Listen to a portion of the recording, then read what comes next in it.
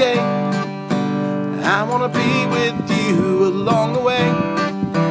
Nothing else will do. Welcome back to EveryDay. Sarah and I have been talking about journaling this week and talking about different things that you can do to use a journal during your quiet time. Yeah. And one of the final things that we want to talk about is using your journal to create a personal history of the experiences that you may not think are really important at the time, but over the course of your life can reveal patterns and show great things that God did in your life. You don't see sometimes the forest from the trees, you know. Right.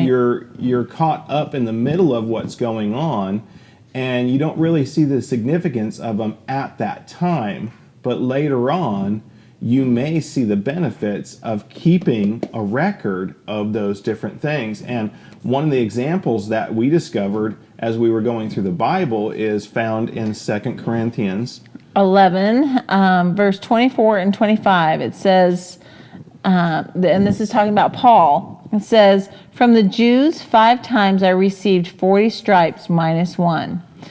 3 times I was beaten with rods. Once I was stoned. 3 times I was shipwrecked. A night and a day I have been in the deep."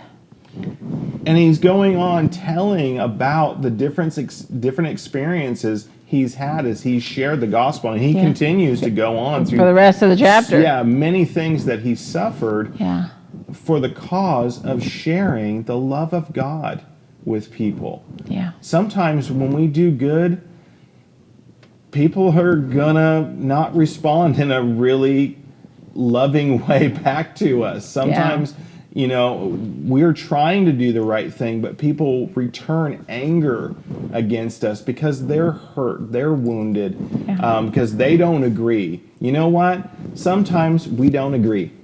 I know that's probably a shock to many of you, but the reality is that we are all free to think and feel and make decisions that are our own, and sometimes they won't always agree with each other, but we can still be friends. We can still love each other. We can still show kindness.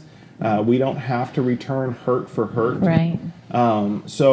But you can write all these things down and keep a personal history. And the other example that I had in thinking about this was Abigail Adams was President John Adams' wife.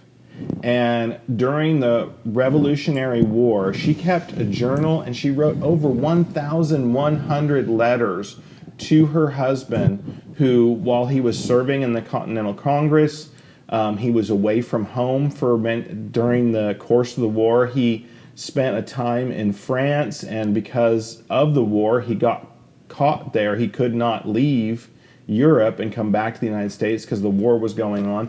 So her letters and her correspondence gave us a glimpse of what day-to-day life was like for these people that stood up against England and said, no, this is wrong.